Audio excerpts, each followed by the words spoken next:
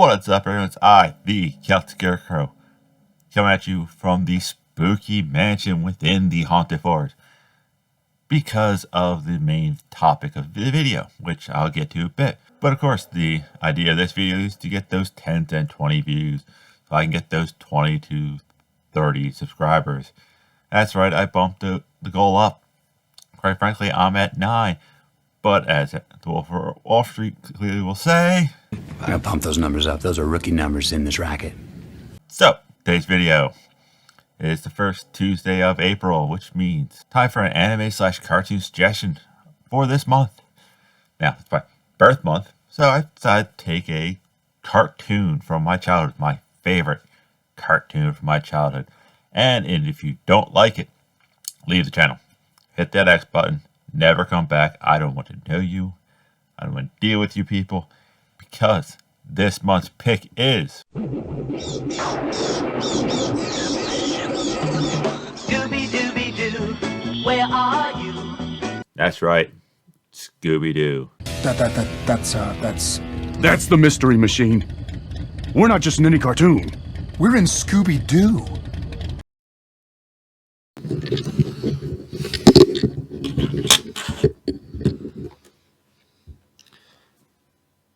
I'm actually starting to think this video might actually be haunted. Weird stuff keep happening. Me forgetting to turn on the mic on all the past takes. My computer just going weird mode on me for a half minute, make me close out of OBS to get it to work right, which might have been my computer telling me I'm an idiot for not having the microphone on.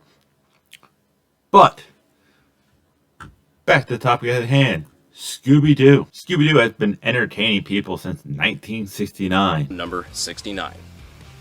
Nice. Nice. All right, is everybody ready? Of course, this dog would come out in the summer of love. Who doesn't love him? I'm going to be using Wikipedia facts, so take it with a grain of salt.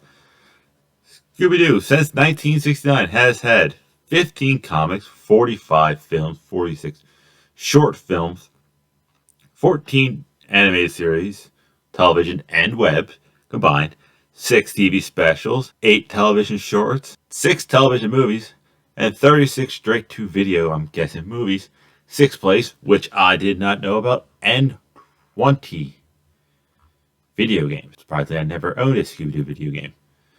But if you actually look on the Wikipedia page, as I have pulled up right here, it's just an impressive. Now, I actually will pick just one of the 13 TV shows.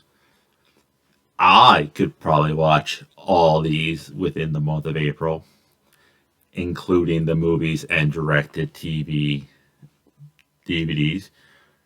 But then again, I have no social life because now I just started a YouTube channel and a Twitch channel, which both do need your love and support, so do follow and subscribe. I have said if I hit 10 followers on Twitch, I will do an entire stream with pigtails. Trying to bribe you people. But like I said, going through there, I will tell you which one later. It's just an impressive crossovers. It's almost to the point if you haven't had some type of crossover with Scooby-Doo, you're not important. But here's just episodes that are just crossovers. I did not know this, but Monster Party from OK Let's Be Heroes, good show in its own right, was actually a callback to Scooby-Doo's Ghoul School movie, where Shaggy, Scooby, and maybe Scrappy, he's not important so we don't really talk to him about that much, teach at a school for monster girls. The one character, Edith, was supposed to be the witch of the group. Decided she'd rather be a ninja. Film, see, Ghoul School, second one on the list. Reluctant Werewolf, actually very hilarious in its own right. Zombie Island might be one of the best horror movies for kids. It has great music in it. You hear the screeching of an owl, you hear the wind begin to howl. You know there's zombies on the prowl. And again, Scooby-Doo in general has great music in it, most of it being performed by the Hex Girls. You're gonna do what I want you to.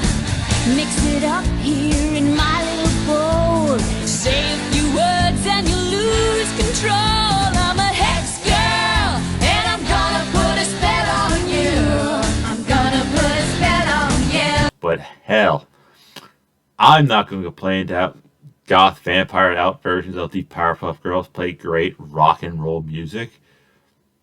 Also, another great thing that I appreciate about the Scooby Doo universe is the TV series. Nothing's ever supernatural about it. It's just people in masks, which tells me the real monsters are actually people. CNN's just reinforcing that. The live action movies aren't that bad, but the movies themselves, things actually get supernatural. Zombie, cat, demon, people, ghost demons, werewolves, aliens. I believe the one episode, they're all in the movies. Movies has supernatural, TV series doesn't. It's just warms my heart a little bit. Television shorts, I don't know what the television short. Same with the web series. Comic series. Oh, did you know that Scooby was part of 3 of the biggest comic book companies ever? Marvel, Archie Comics, and DC. What can't this dog do? Film strip. I haven't seen any of these. I just can't figure out what those are. Video games, like I said, I surprisingly never owned a Scooby-Doo video game. Despite the fact that I do have a Twitch channel that I get violent on. Scooby-Doo plays. But most of Scooby-Doo's crossovers actually come in the ways of the movies. He has crossover with most of the DC universe, more or less, multiple forms of Batman, The Flash, Wonder Woman.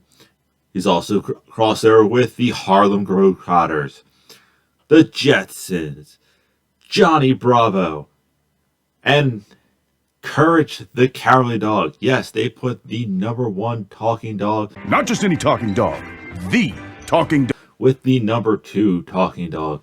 And I will fight anybody who tries to tell me that Scooby is not #1 and Courage is not #2. Don't even bring up Brian Griffin. If I wanted a stoner, I go with Scooby and Shaggy because they don't give me politics. And Courage, the things that dog would do for love. The things I do for love. The things I do for love. Brian would never. But now that I'm vented a tiny bit, people who are in the wrong camp on that, I did say I would only pick one television series. I could watch them all, but you're not me. You probably have a social life and a healthy relationship with other human beings. So, which one will I choose? Pretty obvious. No, it will not be the original. What? I figured your parents loved you enough to force you to sit down and watch Scooby Doo. But if I'm wrong, then pause this video, go yell at your parents saying, why did I never watch Where Are You, Scooby Doo as a kid? They owe you an apology. But the one I will pick is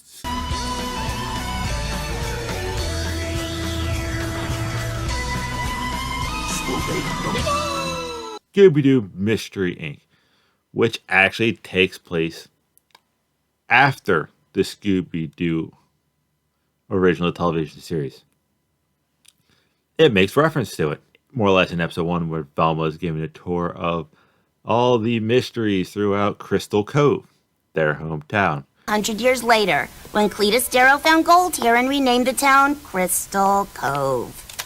Most people thought the curse had been lifted, until the entire Darrow family disappeared one Halloween and was never seen again.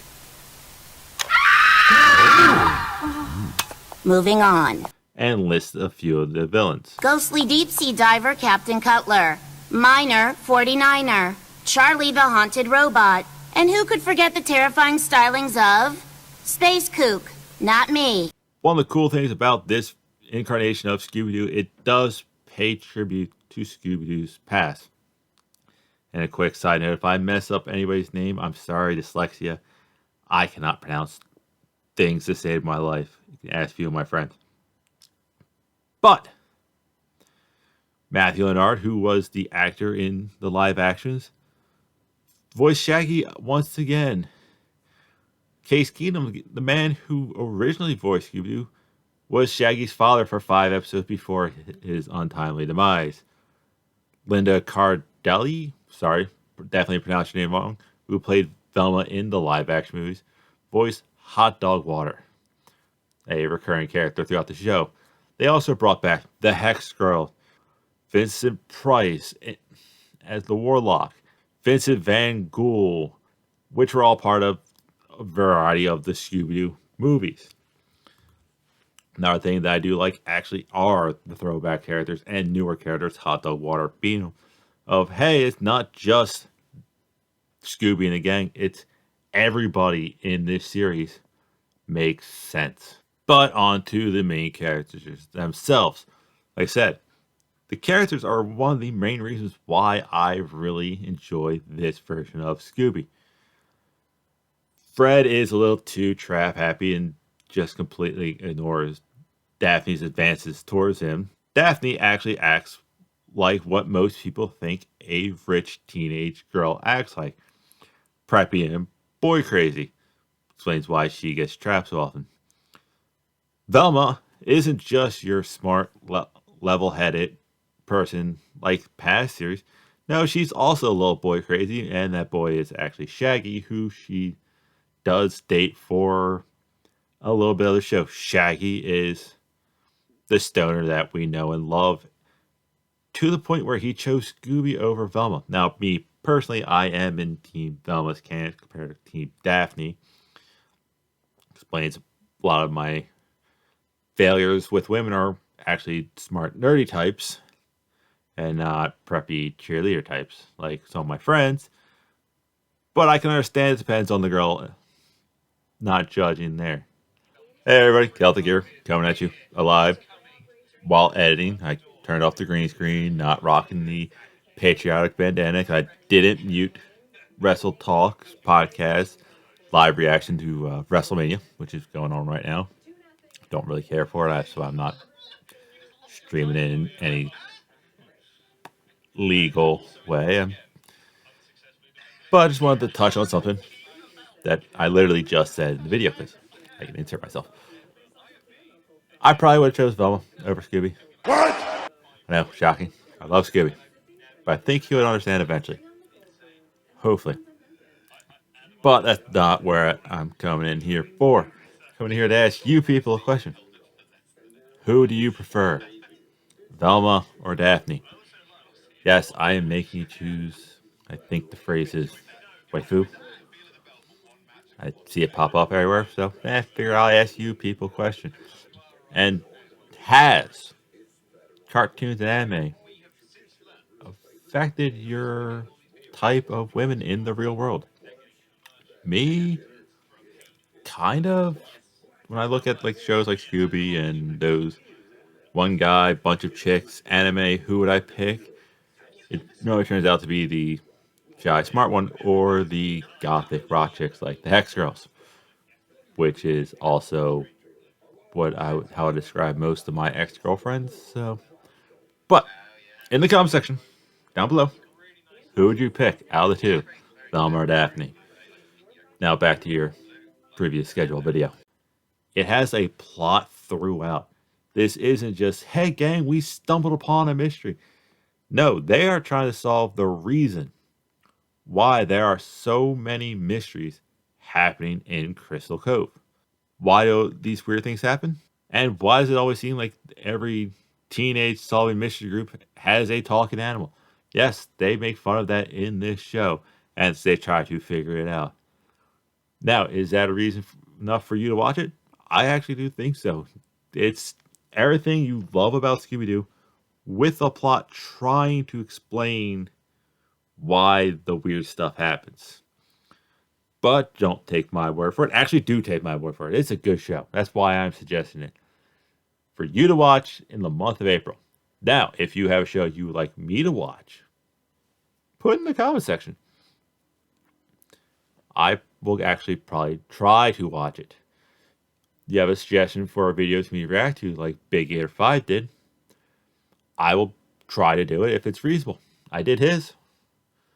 But until then, subscribe, follow, go watch Scooby Doo, go enjoy cartoons again. They're not just for kids, they're for everybody. So, I'll see you weird people later.